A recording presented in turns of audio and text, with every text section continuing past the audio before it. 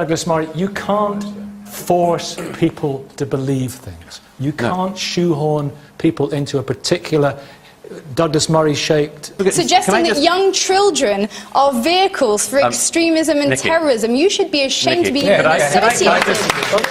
Boom! Douglas Murray just exposed the creeping Sharia taking over British schools. 95% Muslim kids in one area, and they're banning raffles, tombolas, even music. This isn't some harmless cultural quirk, folks. This is Islamic fundamentalism, plain and simple.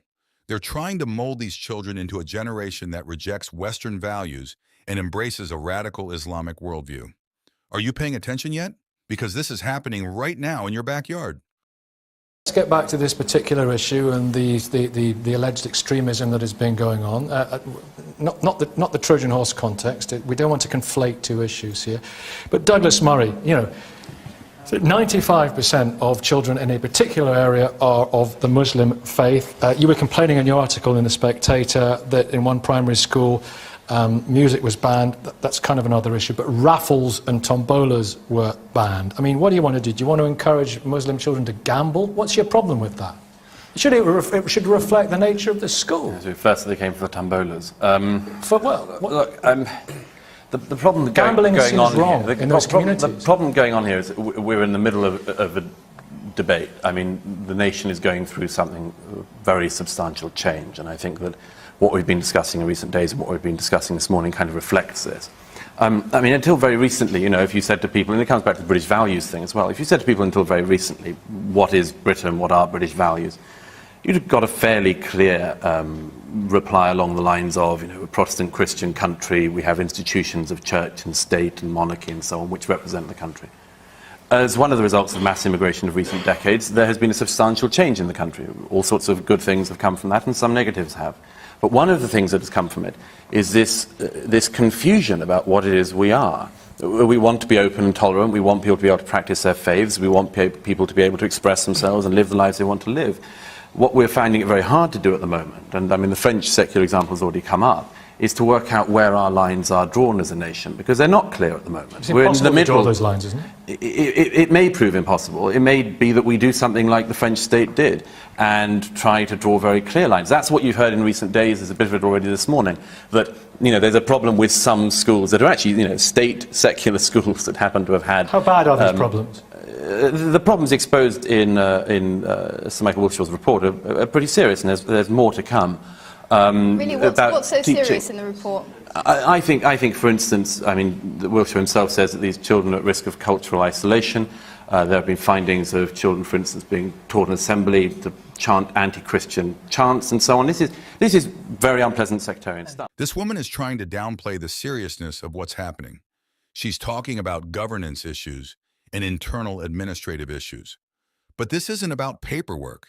This is about children being taught to hate, to be isolated from their non-Muslim peers, to reject the very foundations of Western society.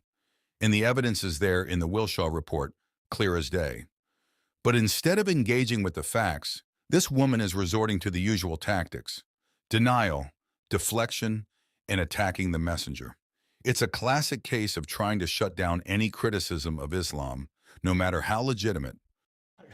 Douglas Murray, you can't force people to believe things. You can't shoehorn people into a particular Douglas Murray-shaped, I have no intention David Cameron-shaped Britishness. No. Can you? No, I mean, this is part of... By the way, just very quickly on this matter of this, I mean, I do think that one of the things... But address that issue about... Okay, can I just mention first, one of the interesting things that's come up in recent days and weeks, I think, over this whole Trojan horse business, is I think that some Muslims in this country, in particular a lot of Muslim spokespeople, a lot of Muslim groups have been furious about these revelations and are now denying them. They're still denying them.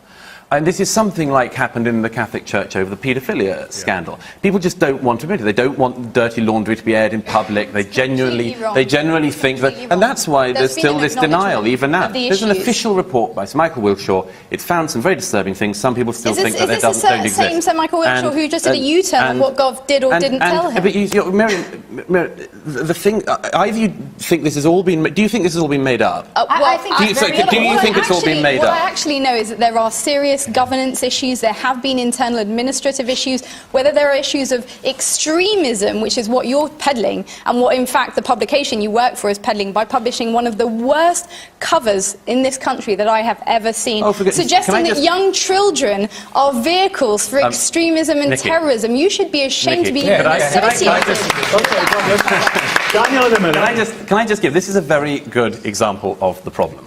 Miriam, you are a very prominent spokesperson, you're a voice, you're a very prominent convert to Islam, you have a voice. I don't call myself a convert, so don't call me one. Whatever it is you want to call yourself. You have a voice.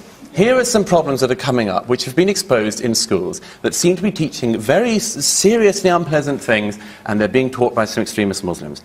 Why, in this debate, you first of all deny that that is going on, and secondly, think the problem is a Spectator cover cartoon. I do not understand. On this, the problem is not the Spectator cover. This is the heart of the problem. Douglas Murray is right. We are terrified to even discuss the uncomfortable aspects of Islam. This woman is a perfect example.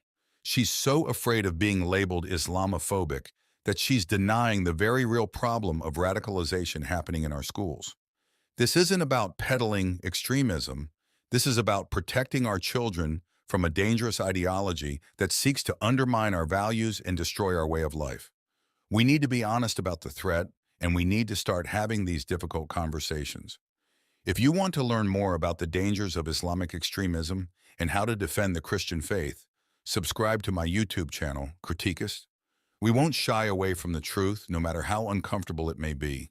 Join me, and let's stand together for truth and freedom.